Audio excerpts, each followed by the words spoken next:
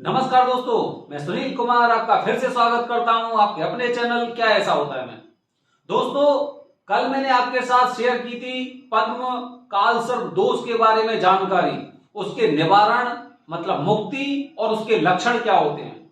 आज मैं अपनी वीडियो के माध्यम से आपके साथ शेयर कर रहा हूं महापद्म काल सर्प योग किस तरह से बनता है जातक की कुंडली में और इसके क्या क्या निवारण के जो उपचार हैं, निवारण किस तरह से होगा और इसके साथ ही जो उसके लक्षण होते हैं।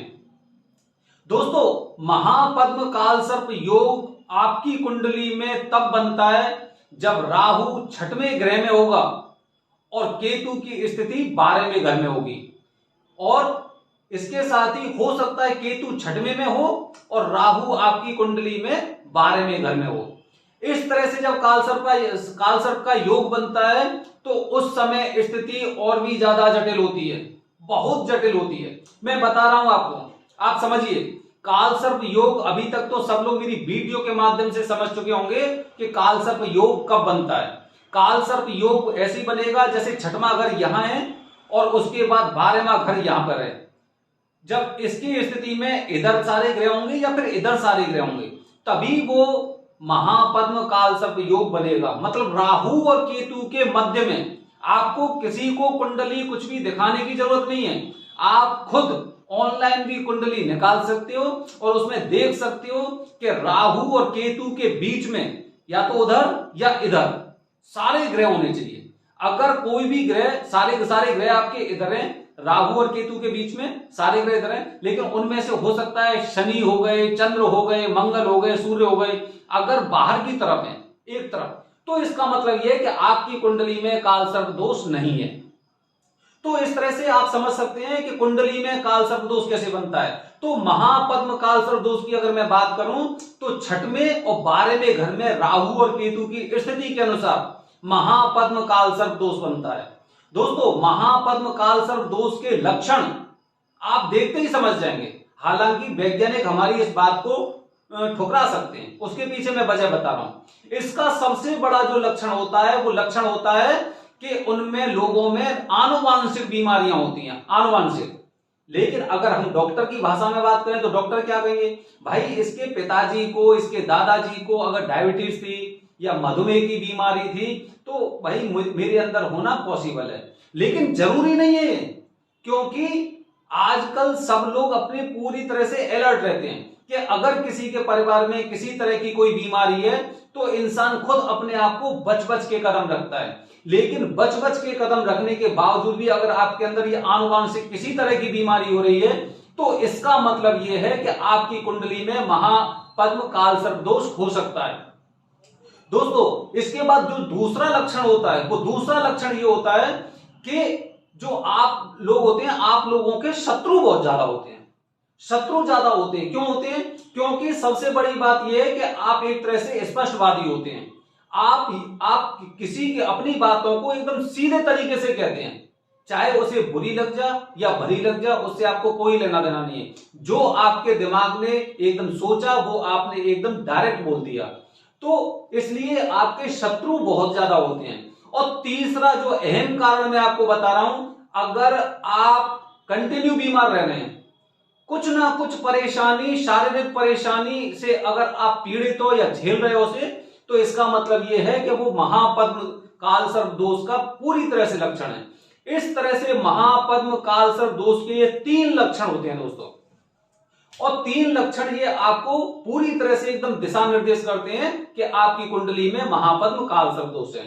अब इसकी अगर मुक्ति की बात करें, शांति नहीं, मुक्ति की अगर मैं बात करता हूं इसकी, तो सबसे पहले मुक्ति तो आपको तभी मिलने वाली है जब आप काल सर्प दोष की पूजा त्र्यंबकेश्वर या उज्जैन में कराना चाह रहे हैं, या फिर करानी जरूरी है। अगर आप सोचें कि आपके पंडित जी आपसे बोल रहे हैं, पुरोहित आपके बोल रहे हैं कि भाई हम यहीं से पूजा कर देंगे, तो आप ये मान लो ठीक है, पूजा करना कहीं से भी ठीक रहता है, लेकिन काल सर्प दोष का निवारण नहीं होगा। काल सर्प दोष के निवारण के लिए आपको त्र्यंबकेश्वर या उज्जैन में पूजा करानी ही पड़ेगी। ये पहली कंडीशन है, पहली शर्त है ये उस दोष को मिटाने की। आप हॉस्पिटल में जाते हैं, हॉस्पिटल में अपनी बीमारी का इलाज कराते हैं, ऐसा नहीं कि केमिस्ट वाले से किसी बच्चे से आपने दवाई मंगा ली और दवाई मंगाने के बाद आप पूरी तरह से ठीक हो गए, ये संभव नहीं है। तो सबसे पहले आपको जो कालसर्प दोष की पूजा है, कालसर्प दोष की पूजा आपको त्र्यंबकेश्वर या उज्जैन में करानी ही पड़ेगी। उसके बाद की मैं आपको वो चीजें बता रहा हूं जिनसे आपको पूर्णतः मुक्ति मिलेगी, पूर्णतः आपको उससे मुक्ति मिलेगी। वो पूर्णतः मुक्ति कैसे मिलेगी दोस्तों? एक आपको क्या करना है, सबसे पहला और अहम बात बता रहा हूं मैं आपको। सावन के महीने में, जब भी सावन का महीना हो और अगर आप कालसर्प दोष की पूजा अगर त्र्यंबकेश्वर में करा रहे हैं और सावन का महीना हो, तो सबसे पहले वहां पर कोई भी शिवलिंग हो, कोई भी, क्योंकि वो सब की सब पूरी तरह से वही शक्ति है जो मंदिर के अंदर त्र्यंबकेश्वर बाबा के अंदर शक्ति है। वहां पर कहीं पर भी आप भगवान शिव पर सोमवार वाले दिन आपको पंचामृत का वो अर्पित करना है। अब पंचामृत में आपको क्या क्या करना है मैं आपको बता रहा हूं। दूध, दही, शहद, गंगाजल, शक्कर और एक आपको उसमें मिलाना है गुलाब जल। हालांकि 6 चीजें हो जाती है, लेकिन गुलाब जल बहुत जरूरी होता है, वो भी आपको उसमें मिलाना है और भगवान शिव पर आपको अर्पित करना है। और अगर आप कालसर्प दोष की पूजा कभी भी करा रहे हैं, आपके लिए सर्वश्रेष्ठ रहेगा कि आप सोमवार वाले दिन कालसर्प दोष की पूजा कराएं। महापद्म कालसर्प दोष में भगवान की सेवा और पूरी अपनी आस्था के साथ उनके ऊपर अपनी जिंदगी को न्यौछावर कर दो। ये मान लो कि आपको कालसर्प दोष से मुक्ति मिल गई, महापद्म कालसर्प दोष से। तो आपको पंचामृत जो होता है, पंचामृत भगवान शिव पर अर्पित करना है। और सावन के महीने में साल में कम से कम एक बार आपको रुद्राभिषेक अवश्य कराना है। कहीं पे भी करा लो, मैं ये नहीं कहता कि आप त्र्यंबकेश्वर में कराओ या उज्जैन में कराओ या कहीं पे भी कराओ। आप अपने घर के आसपास जो भी आपके घर में कोई पुराना मंदिर है या फिर किसी भी तरह का मंदिर है, शिवालय है, वहां पर आप इसकी पूजा करा सकते हैं। और अगर मंदिर में नहीं कराना है तो आप अपने घर पर भी रुद्राभिषेक करवा सकते हैं साल में एक बार। महापद्म कालसर्प दोष में आपको ये वाला कार्य तो करना ही पड़ेगा। इसका एक और उपाय मैं आपको बता रहा हूं कि जब भी आप त्र्यंबकेश्वर में पूजा कराने जा रहे हैं तो अपने लिए चांदी की एक अंगूठी बनवा के लेके जाएं।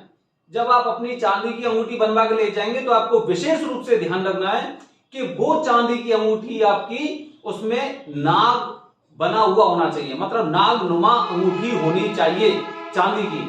और उस नागनुमा अंगूठी को आप त्र्यंबकेश्वर में पूजा करने के पश्चात आप उसे धारण कर लो। फिर ये मान लो दोस्तों कि आपकी पूजा पूरी तरह से संपन्न हो गई और आपके ऊपर से कालसर्प दोष पूरी तरह से मुक्त हो गया। आप मुक्त हो गए कालसर्प दोष से और फिर राहु आपके जीवन को कभी भी अड़चन पैदा नहीं करेंगे। तो दोस्तों, इस प्रकार मैंने आपको अपनी वीडियो के माध्यम से बताया है महापद्म कालसर्प दोष के निवारण और लक्षण। इसीलिए जब भी आप अपनी कुंडली देखें तो आप अपनी कुंडली खुद देख सकते हैं और खुद देखने के बाद उसमें निर्धारित कर सकते हैं कि कालसर्प दोष किस तरह का है और मुझे किस तरह से उसका निवारण करना है।